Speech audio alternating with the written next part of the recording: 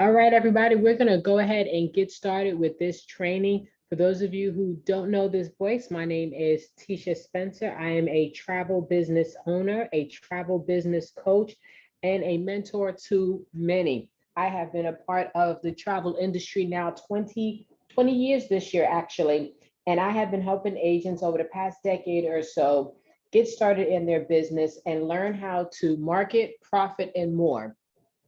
This class is going to be about booking groups. Now, when most people get started inside of this business, they are told very quickly that groups is where the money is at. And you know what? It is. But there's some things about booking groups that a child professional needs to know and needs to prepare themselves for before they go out there. Now, if you have any questions, go ahead and put it in the chat. If you are watching this live, if you're watching this on a replay or on YouTube, you can put your questions in the comments below. Now, basically, one of the things I try to let people know is that when they get started and they want to go ahead and do group bookings, one of the first things you should make sure you have under your belt is how to do regular bookings.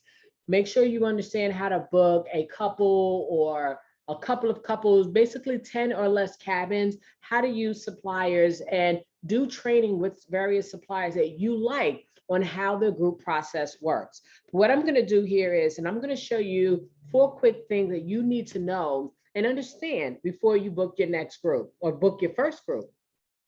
Now, of course, let's talk about why we love groups. I personally love groups because one, it gives you increased commissions because the more cabins, the more rooms, the more flights you book, the higher your bottom line is going to be for commissions.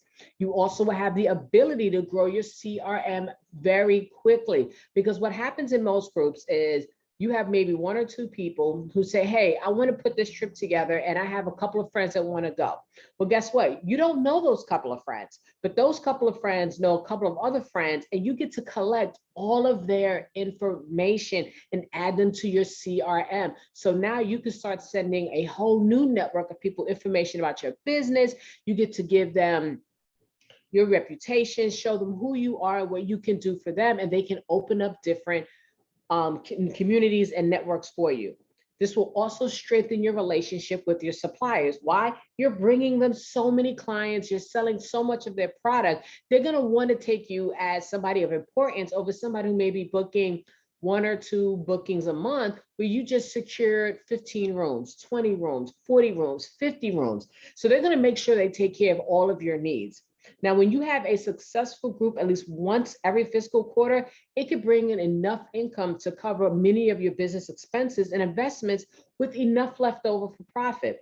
Now, understand, you don't have to have, when you're talking about cruises, and we're going to have a special class just on cruises, but when it comes to cruises, you can book, say, 4 cabins and make over $2,500 in commissions just from 4 cabins. Now, understand, what would you do with that extra commission coming in? Let's say you book something like this every month, not even every quarter, but every month or every month during the summer. Now, if you're watching this, whether you're watching this live or watching this later on YouTube, have you ever booked a successful group before? And if you have, put it in the comments, what made that group successful to you? Now, I want to understand, we're going to talk about what is a group. Now, clients will always say that they have a group. Clients will say, yeah, I got a group of people. You get excited. You say, well, guess what? How many people? Oh, I got about 5 of my friends. Baby, that's not a group. To them, they may feel like a group. But to a travel agent and to a supplier at a hotel, that's not an actual group.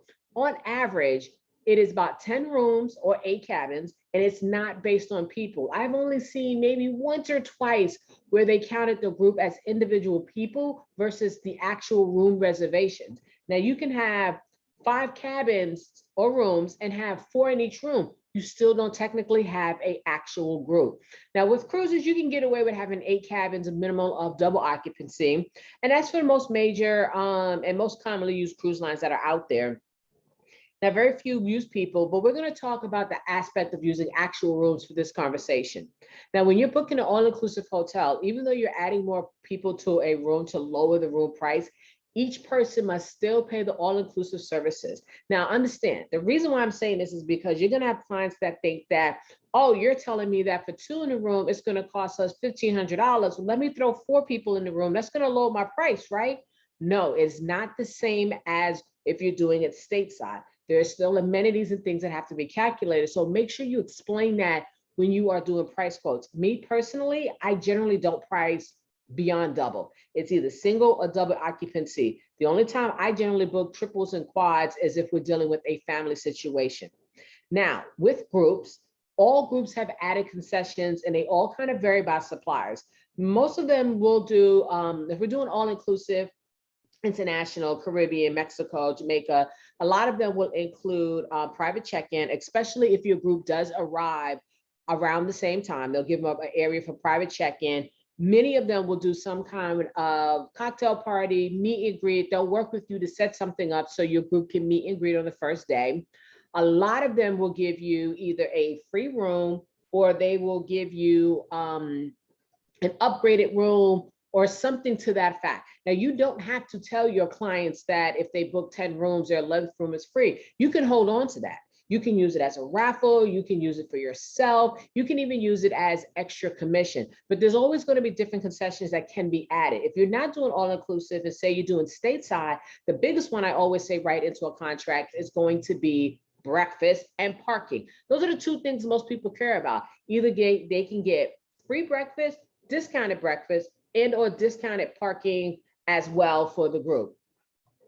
Now, right now, we're going to talk about a contracted group. Now, a contracted group means that you are legally signing a document and you are telling this hotel that you are going to have 15 rooms. These are the categories and I'm going to fill it. And if I don't fill it, guess what? I'm going to owe you money.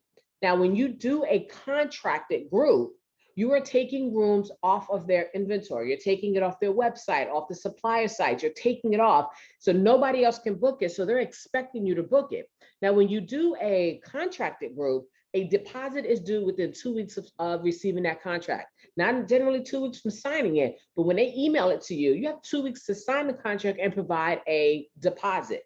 Now, when I work with groups that want to do a contract, I let them know upfront that I'm going to need generally about $200 per person to secure this room, to secure this contract, excuse me. And I ask them, are your people ready to make deposits? And are you sure you're going to be able to fill these rooms and these times and to get these deposits? I ask for the deposits up front before I even actually request for an actual contract, because I don't want to request a contract and then I'm having to ask the supplier to wait, because now the group is trying to decide if they actually want to move forward. I will get a quote, but I will not go ahead and ask for a contract to be sent to me to be signed. Now, contractor groups are really great for weddings, reunions, conferences, people you know that are going to fill the space and have a strong list of attendees. This contractor groups are not for people who say, oh, I just want to get some friends together and I think and I may and I hope. If you hear those words, I would not do a contracted group. Contractor groups are really great for rooms of say 20 up. You know, people you know that's going to come. If you're dealing with a Pied Piper, you're definitely going to want more of a contracted group than you are going to want to do the easy groups that I will explain in a minute. Now, with these contracts, if you're not familiar with contracts, I would have somebody who is read it for you, or some of you may be part of host agencies where they require you to read the contract before they will approve it. If you're not familiar, have someone read this contract. Ask as many questions as you want. Do not just accept it as is. The key thing with contracts is to make sure that your name is on it or your business name, the IATA number of your agency, and who they are paying, and that this rate is commissionable. I've had agents who have done this and have forgotten the part about commissionable and had gave out prices for a non-commissionable rate. In order for them to get a commissionable rate, it meant having to raise the price if they wanted to get paid. Now understand, there's something big called attrition.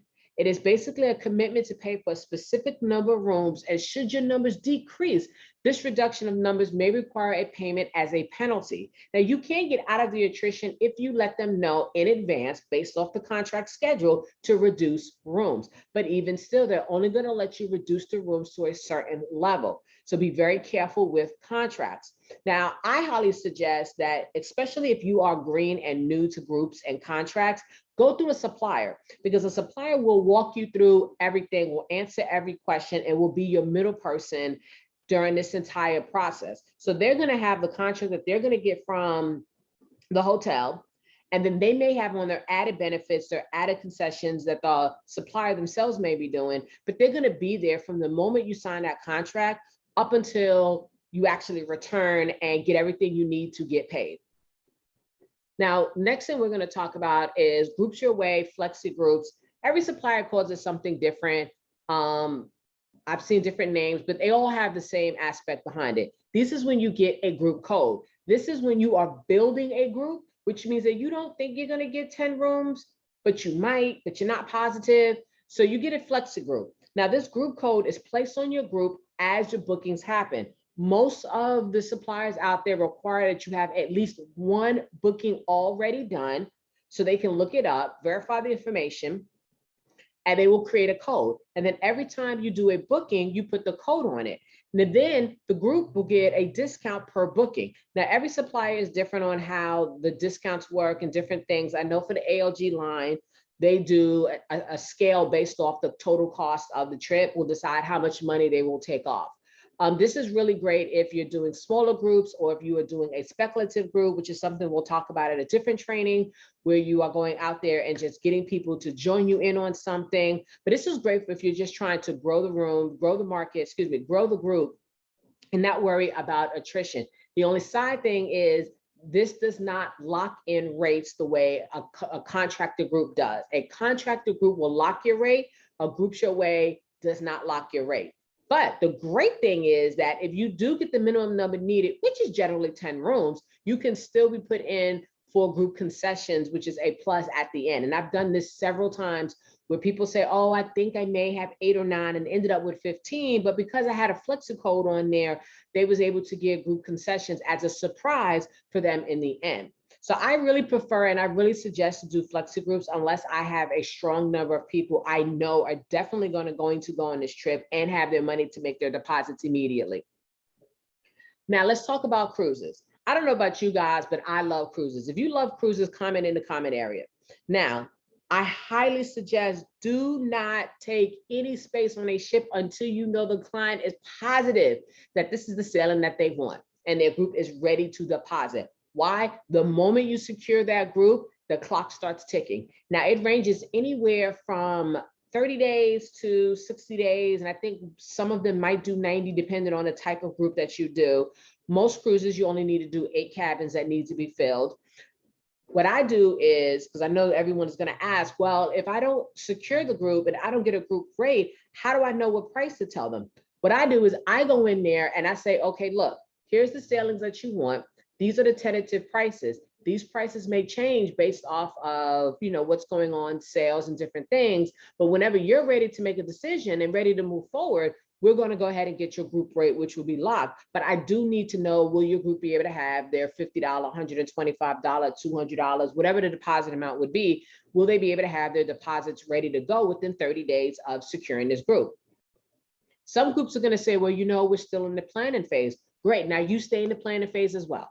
Don't secure that space until they're absolutely sure, but just let them know prices do fluctuate. Now, if they're going to hold events, you need to know as much information as you can. One of the things that people forget to do when it comes to cruises is they get excited, they get the group, they price the group, but then it's, oops, wait, we need meeting space. Oops, wait, we need AV space. Oops, wait, we need this. The reason why I say not to quote until you know everything they want to do on the ship, because one, if you have a group of, say, 50 people come in and they want to do something in one of the meeting spaces, now, yes, most cruises, all the meeting spaces are free, but they may not be available. Or what if somebody wants to do a sailing and they all want balconies, but there's not enough balcony rooms? So you want to make sure that there's enough space, there's enough cabins that they need, and all the activities that they're trying to do is on the cruise ship that they're looking at. Now, some clients are going to just say, oh, well, I want to do Royal Caribbean, and may not tell you a ship, or they may tell you an exact ship, but that ship may not be available to do what they need to do because it's already a group on it. I've had that happen too. We had to change the dates because what they wanted to do, there wasn't enough space to do it on that cruise ship. The ship was too small. Even though they love the ship, it was too small for their group. So you want to make sure you have as much information. You would need to know, do you need ADA rooms? Because those are very, very limited. The same with connecting rooms, very, very limited. And some cruise lines, you cannot reserve connecting rooms. Now, with most cruise lines, when you do the group reservation, you're just holding space, but you're not literally holding any actual cabins. You're not actually berthing any cabins. You're just holding space. I highly suggest that the deposit should be the cost to berth the cabin. I book a lot of Norwegian. So my deposit is the cost of berthing the cabin, because I want to put you into a cabin and start lining up my clients on the ship next to each other. Now, some of you guys might like to do Carnival because Carnival's deposit is much lower. Understand, again, you are not holding actual cabins numbers, just space, and your crew could be spread out. The same thing with Royal Caribbean. Royal Caribbean, you can hold cabins, but it's not guaranteed until money is put down. And I will be having somebody coming in who is currently working on 216 people to book on a cruise. She's going to actually come in and talk about what she's done to get to that level in the next couple of days. Now, understand, you do need to do research on cruise line policies for groups, meetings, and incentive programs. Every cruise line is slightly different. They have slightly different rules. They have slightly different amount of times for deposits. You know, so you want to make sure you understand how the group process works. And guess what you can do? Pick up the phone and call the groups department and get them to answer all and any of your questions before you go out and market. I have seen people market to build a group on a cruise, but have no idea how to book a group cruise. We don't want to do that because we want you to make money. We want you to look successful. We want you to build a great reputation. So now, first question, how organized are you? Many of you probably think that you're super duper organized, but probably have never done a large group at all. You know, it's easy to maintain when you're dealing with maybe 2 or 3 couples, 4 or 5 couples. It's pretty easy. But when you're dealing with a true group and you have 1 point of contact, or maybe 2, I wouldn't go over 3 because you don't want too many hens in a hen house.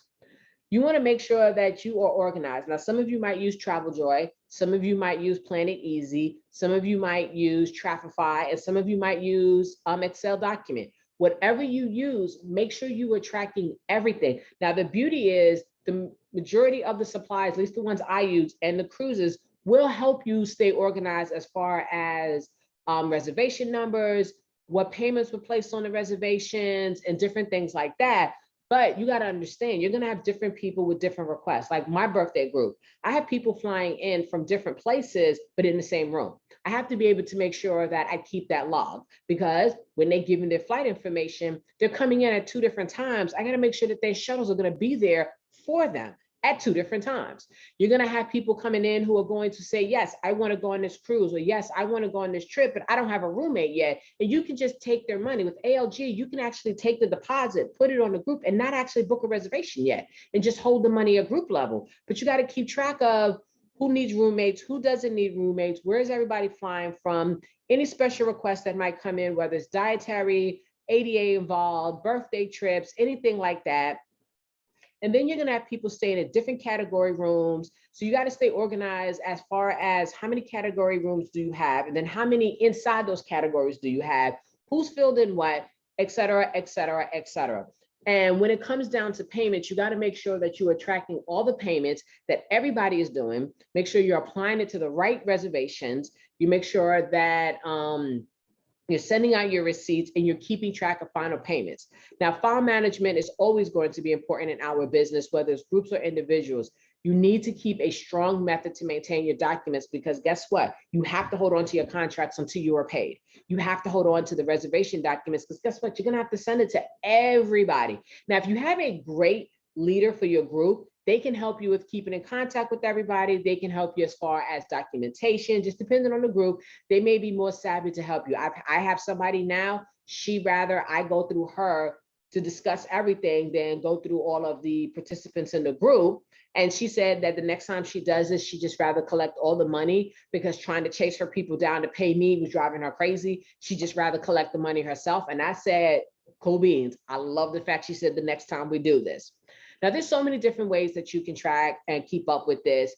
Let technology be your friend. Guys, do not be the paper Sally where you have a filing cabinet full of papers, because we're on the go. We need to figure out a way that you can have your information in the palm of your hand, so you're able to get the information at any moment, at any time.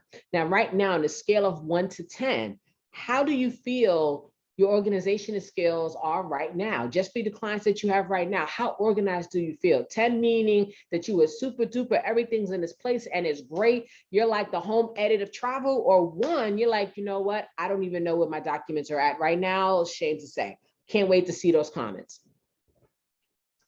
We got people who are saying 5, 3, 7. Okay, we got a 7 up in here. You know, so everybody is going to have different levels. And understand, one of the things when we talk about organization, your version of organization and being organized may not match my level of organization. Some people are a little bit more OCD and some people are more creative. And we all know the creative people are messy, but they know what everything is. As long as you are organized with your numbers, organized with your trips and keeping up with your travel paperwork, knowing where your trips are, knowing when people are leaving and how to reach everything, you'll be fine. Just know your system and always try to improve on your system to make it easier for you. So I can't wait to see whether you're a 1 saying, oh my God, I don't even know where my own documents are, or you're a 10, you're like the home edit and everything's in its place and it's been, and you're ready to go with all of your travel documents. Now, for some of you guys, you may be new to travel and haven't booked a lot of trips yet or any yet. So you don't really know how organized you are. You will say you're organized until you have to start dealing with trips and multiple clients and multiple people. It's a little different than organizing just yourself. So next we're going to talk about, do you have patience? Now, guys, you probably thought I was going to give you tips on how to book and different things. Guys, we're going to do that later. I'm prepping you. The reason why I say, do you have patience? Guys, understand some of these groups are going to drive you crazy. They're going to want you to go have some nice tea with a little bit of brandy. Some of them are going to make you rethink why you're a travel agent. It's going to be a lot. Some of the things that I've dealt with when it comes to having to deal with patience is you're going to have a group that's going to be gung-ho, ready to go, and then they're going to change their dates. Then they're going to change their location. Then they're going to change how many people are going to go. Then they're going to say, well, wait, we're going to wait. Then they're going to say, we're going to do it again. Then you're going to have the ones that say, I'm going to book next week, and it's been 6 weeks. So you're going to have patience. Then you're going to get people inside the group that are going to want to call you up whenever they feel like it, 8:30 in the morning to 8:30 at night, and want to ask all these questions and hadn't even made a single booking yet. One of the things I definitely suggest is to eliminate a lot of this is to have one way to contact everybody at once. I use TJ because I could just send one email out to everybody with the same information, and that's how I can keep my communication. Some of the things you have to deal with. Suppliers are going to mess up your reservations. I've had suppliers misspell names, even though I've spelled it for them. I have suppliers where they have mixed up the types of rooms for some reason. I've had suppliers that have, when we had to make one change, they cancel something else off. You may have to deal with ships being canceled, which hopefully not as much now with COVID, but then again, anything can change. Ship sailings might get canceled or rescheduled, or they might change the itinerary on a client and now they're not happy. You have to deal with that, and you're gonna have to deal with people being mad at you as if you decided to change the sailing. Understand that many of your clients are going to become friends, or in fact may already be your friends, but make sure you separate business and friendship. The reason why I say this is because we will talk to our friends a certain way, give them a certain leeway. Oh, baby, you can just pay next week. It's okay. No, it's not. This is my business. This is due today. You have to understand that if you treat your business like a friendship with your friends, they're never going to respect your business. Respect your business if you want other people to respect it as well. Now, understand, when you have a friend who is a client, talk to them as a client and then have that friendship conversation later. But understand that people who you don't really know now may end up being friends, especially if they're local. You might go hang out and do stuff like that. Just keep that line between friendship and business separate. Trust me. Now, here's the thing. If you have to complain, don't do it in a group. Don't do it on Facebook. Find somebody else to talk to. Call up another fellow travel agent. Write it in your diary, but do not go to the group, the POC, do not go to Facebook, because you don't know who could be watching your post. You don't want to do it in the group for the trip complaining about somebody. If you are having a legit problem, contact the POC of the group. I've had to do it several times. I actually had a whole group canceled because of the actions of one guy calling me up very disrespectfully, demanding stuff from me, and he hadn't even booked the trip yet. And I respectfully called up the POC and said, you know what? This is not how I do business. I'm not going to have people call me whenever they feel like it, disrespecting me, demanding stuff from me, and they haven't even made a booking on the trip, and then wanting to make changes on the trip and mad because I won't do it because they're not the PLC. Well, whatever happened behind the scenes, the whole trip fell apart because of this one guy.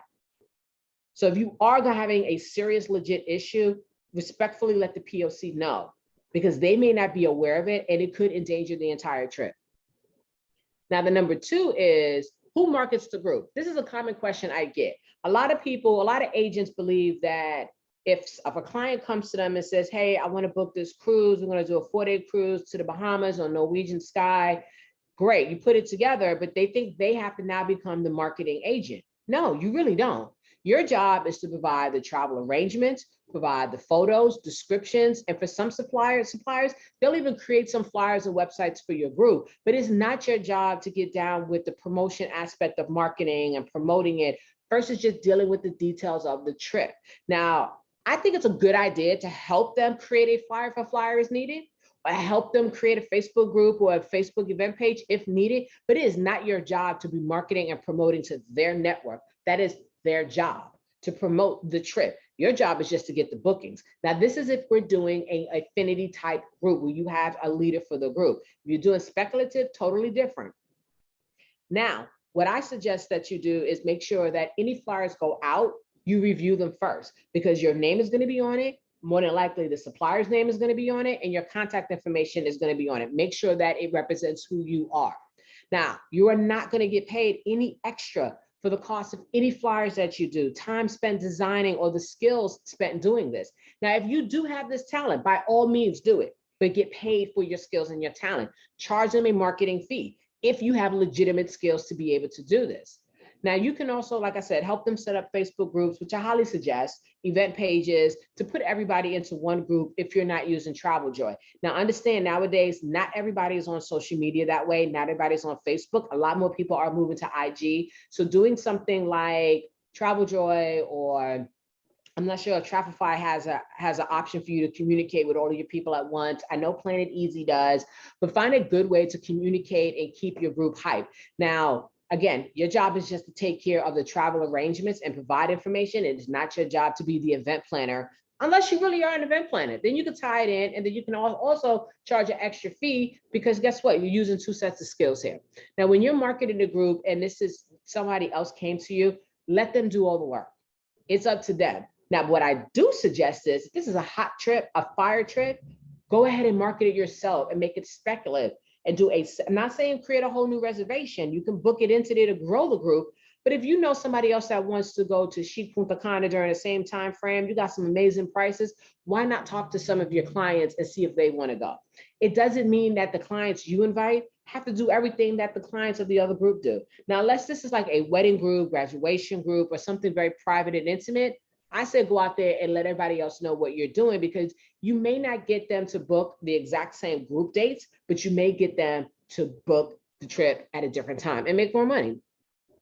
So now number 4, networking within your group. We should always be networking, always. We are a networking industry. This is a travel industry where you have to network within your market to grow your business.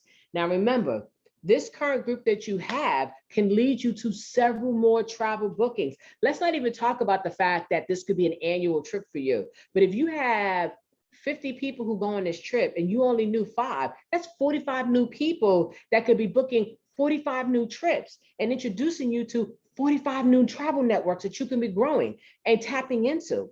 Understand, when you're networking, it's not always about, hey, Sarah, go ahead and book with me. It could be, hey, Sarah, I see that you do this, this, and this. I know somebody who actually needs your services. Because guess what's going to happen? Sarah may not immediately book with you, but Sarah will definitely recommend you to somebody else because you recommended them and gave them a client.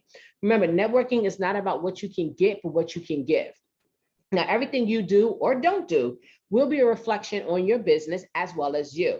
The idea is to turn each individual reservation within a group into a future customer, as well as a possible repeat group. Now, during the booking process, you should all be gathering client profile along with the trip booking information. I always ask for full name as is on passport. I want to know what's your Facebook profile if you want to give it to me, your IG. I ask if you're in a Greek organization because I'm a Zeta, so I want to know if I'm working with fellow Greeks. I ask birthdays, wedding days. I ask for a whole lot of information. Some give it to me, some don't. But when whatever they do give me, it allows me to group them in subgroups to say, okay, these are all my Greeks. These are all my educators.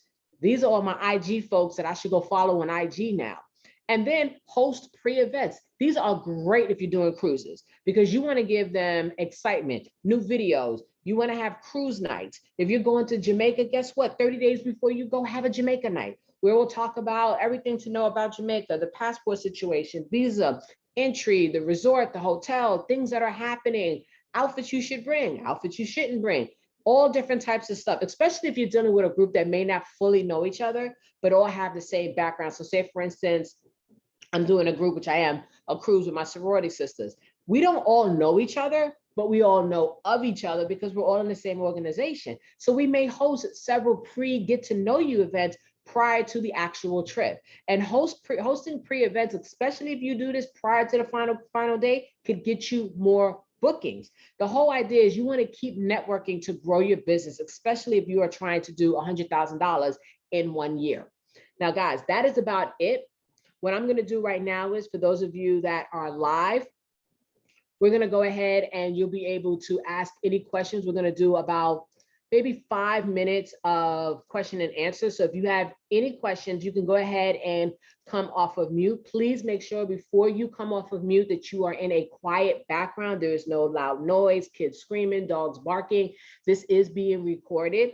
You do not have to turn your camera on either. So does anybody have any questions? And those of you watching on YouTube, just post your questions at the bottom and I will go ahead and respond there. Does anyone have any questions about intro to groups?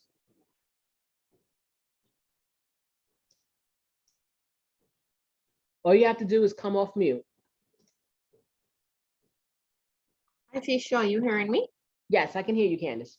Okay, I just wanted some more details in terms of when you say pre-events, if you are not in the same physical location, how do you do your pre-events?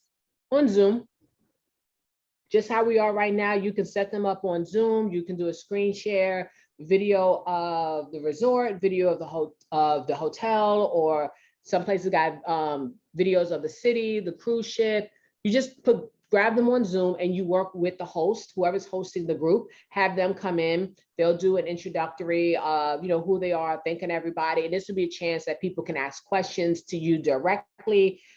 This is a time they can get to know each other. They can play games. There's something that you will coordinate with the host on the actual itinerary of what you're going to do during these events. If you are dealing with people who are local, definitely meet up someplace local. Of course, face-to-face is always better, but you can always do it on Zoom. Okay, thank you. You're welcome. Any other questions? Hi, it's Jennifer. I have a question. Can you guys hear me okay?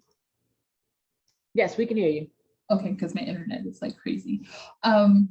If you charge planning fees for groups, how do you typically charge those? Do you charge them to the organizer? Do you have the organizer decide if they want to cover the whole fee because it's their group, or if they want to split it among the people in the group?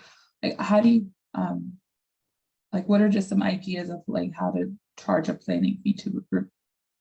Well, I would charge it directly to the POCs, whether it's 1, 2, or 3, because if you try to spread it out and say, okay, well, my fee is going to be, let's just say $200 because it's, say, 200 people, just for numbers sake, and only 10 people book. That means you only made $10 for your research fee. So I would say, so-and-so, I'll be happy to help you book this group of 200 people going on a ski trip with you. But for me, in order for me to get started, I will need a $200 research fee. If you decide to move forward and book this trip, that $200 will go towards your initial deposit. If not, it goes in my pocket. Granted, we don't say it like that, but that's essentially what's going to happen. Be very careful when charging research fees, because I know right now it is a big thing in the industry. Everybody wants to charge research fees, but because there's so many people who choose not to do research fees, clients will go to someone who doesn't. I have seen ridiculous numbers for research fees. I've seen as high as $400, and I told that guy, you're going to charge somebody $400 per flight ticket, that when they can easily go find the same flight ticket for less than what you're charging them. You know, so be careful.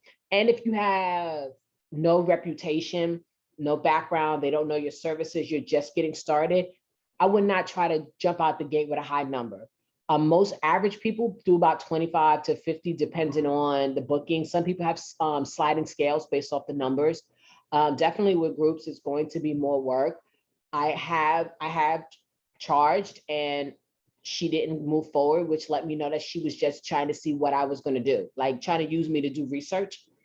But understand and let them know fully upfront what the research fee is for, what's being covered, and what work you're gonna have to do for their group. Some groups are gonna be easy. Some of them are gonna be super duper easy, and some of them they're like, so you want a cabin that sleeps 25 people with a driveway, 2 hot tubs, and the list goes on. You're like, yeah.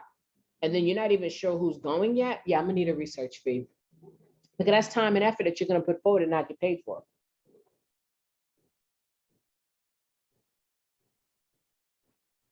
Anyone else have questions? Hi, I have a question. This is Nikki. I can hear you. I was wondering, I've been seeing a lot of people, well, a lot of travel agents, they create like a web page or like a some type of landing page for the groups where they can go in and, you know, pick their options with like, you know, the type of room they want, if they want to participate in excursions, like if they need assistance booking flights. Mhm. And then there'll be like a little button at the bottom that says book now, where they can like actually make a deposit. Mhm. Where does the money go when they make that deposit? Well, it depends on what application that they're using. Now, I know Travel Joy does it, Planet Easy does it. I'm not sure if Tracify does it. Um, I know for most agents, because of compliance and legal rules, they are not collecting the money directly. Mhm. Some do Eventbrite. I personally don't like Eventbrite just because there's too many fees attached on both sides, too many fees. There is another site that is escaping me right now, and I will remember as soon as I get off. I'll remember the name easily. But you can set it up like for Travel Joy and for Planet Easy, they are just credit card authorization forms that get created, invoices that get created after the fact, and then we as agents apply the funds to the supplier. None of these applications directly pay the supplier. We still have to step in and make the payment. A group booking page is a smart idea. The only time the funds go directly to a supplier is if a supplier directly creates a booking page for you. Most suppliers do not do that unless you're booking like 50, 60 rooms, like a huge number. Right. That's the only time that they'll really sit down and set that up for you. But a group booking page is really great because it's an advanced version of a Facebook event page. It allows them to see all the information you put on there, information about the excursions that they can choose to add to their package. They get to build their package for the group Right. and authorize a deposit. And all you have to do is pass out a link, and it makes it really easy for your POC, because all you have to do is give them a link and people can just hit the link. POCs Right. don't have to collect money, names, emails, or anything like that. They just give out a link. Mm-hmm. And it's just much easier than that. But the money doesn't go anywhere. The money is not actually charging their card for most of these sites, except for We Travel. There it is. We Travel actually does charge the card. Travel Joy does have a system where they can automatically charge the card for a smaller fee. And it's called group funds, where they can start collecting the funds. And we'll talk about that in a different training. I'll actually add that because we do need to talk about that to the series for groups. And those are really good. I like using the group fund aspect because Planet Easy has it as well. When you are dealing with a group that requires a very large deposit and only one card. Or you have people, you know, these people are super uber busy. They want to pay when they want to pay. They just want to get it out the way. They can just get the card charged. I'm doing that now for my Bali, because trying to make a payment for Bali is difficult because the supplier is international. So every time the bank sees the request, they mark it as fraud. Right. I just do group funds, and Travel Joy and Planet Easy gives you a digital card to use to pay the supplier, and it's so much easier. So once they pay in Travel Joy, they're not actually paying, they're just providing the credit card authorization so that I can go in and make the payment as necessary. Correct. Unless you've turned on group funds, correct. They're just giving you Okay. authorization to charge their card. If you've turned on group funds, then yes, their card is being charged, a fee is being processed. Just like you go to the supermarket, to the corner store and swipe your card, there's a transactional fee. When it's Right. group funds, they actually charge the card and hold the funds for you until you're ready to actually pay the supplier. Either option is good. Neither option puts any money in your account, and neither option pays the supplier directly. So you still physically have to go in and process the action. But if you use the group fund, how, like, because you know, sometimes there's a hold on money, you know, when you're using certain applications, you have to like either like transfer it some type of way. Nope, or it sits right there in group funds. I do a whole training in a Travel Agent's Guide Success, this YouTube channel. There's a whole training on how to use group funds. Okay, thank you so much. Yeah. Any other questions? Oh, I see Anja Claire's back. How can I help? I'm sorry. So my question on group trips is like really understanding if you're putting together a package that you're advertising, not for any specific client, but either a trip that you're either going to go on or not go on. How are you putting together like the packages with like activities and everything involved, like 12 to 18 months in advance, for example? Like that's where I'm still like, I know like hotel rates come out that early, so you can do like the hotel rates, and if you find a hotel that doesn't have like deposit requirements, you can do that. But how do you package and price a trip? Like I'll see like these like amazing trips to like Africa with safaris, and there's a white party, and there's a boat ride, and there's, you know, breakfast. Well, the breakfast is usually at the hotel, but like there are all of these pre-planned events for a trip that's not happening for, you know, 24 months or 18 months, and you have like a pricing. Like how are you going about reserving those things so that you know that they're actually going to be there in advance? Do you like without paying all of it up front? You're working with a tour company or a DMC, a destination management company. You're working with a company like Go Away, Avanti, Classic has a couple of them. There's a bunch of them out there where they have packages already set up. Culture Holidays, Tours of the World. They already have all of these trips set up. So all you're doing is marketing a pre-packaged trip. That's it. So everything's set up. They secure the hotel, the activities, everything is set in stone, everything is priced out, everything is done. The only thing that's generally not included is flights, because flight prices will vary depending on where you're coming from. And some of them, like Go Away does have some with flights included, but you have to fly from very specific places. So these are prepackaged trips. You're not necessarily putting the trips together. You're not building them. The best group trips to put out there are ones that are already done for you. So you can go to Tours of the World and they have a Dubai New Year's Eve trip every single year. Just market that package. That's it. Everything is set up and done. But then when you get there, are you having to share like all of the events and activities with the other people who are marketing these packages? Yep. Because I'm thinking of something that's more like a private thing for you and your own group. Well, no, you can't control when it comes to excursions. A lot of times you can't control who else is going to be on that excursion. So if you have 10 people, an excursion can hold 20. They're not going to not have 20 people go because you only want 10. If they do, they're going to charge you more. So you can set up for private excursions, but it's going to cost you more, because that's like saying I'm going to fly a plane, but I only want me and my friends on there and nobody else. I'm going to say, sure, great, but you got to pay for those other tickets.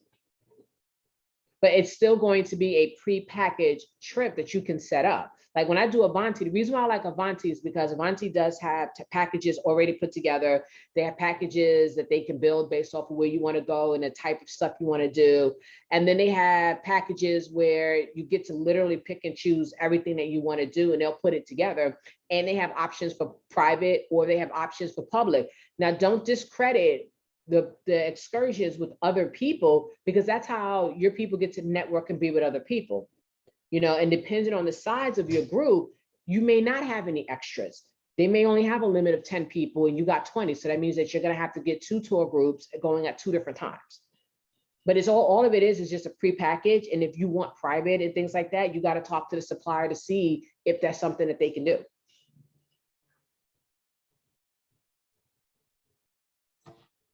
Oh, got it. Any other questions? Got a few minutes.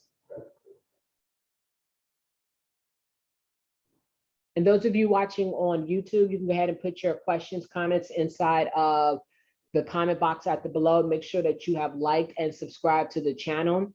We're going to have several more of these trainings coming out over the next couple of weeks. I have a nice long list of groups, marketing, motivational, and so much more that is coming. Do we have any more questions before we go?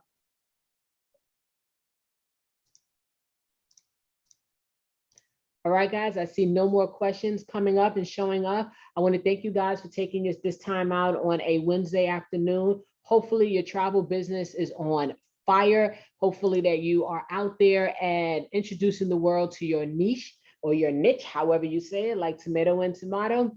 And thank you for being here and supporting this channel. Have a good evening. Thank you.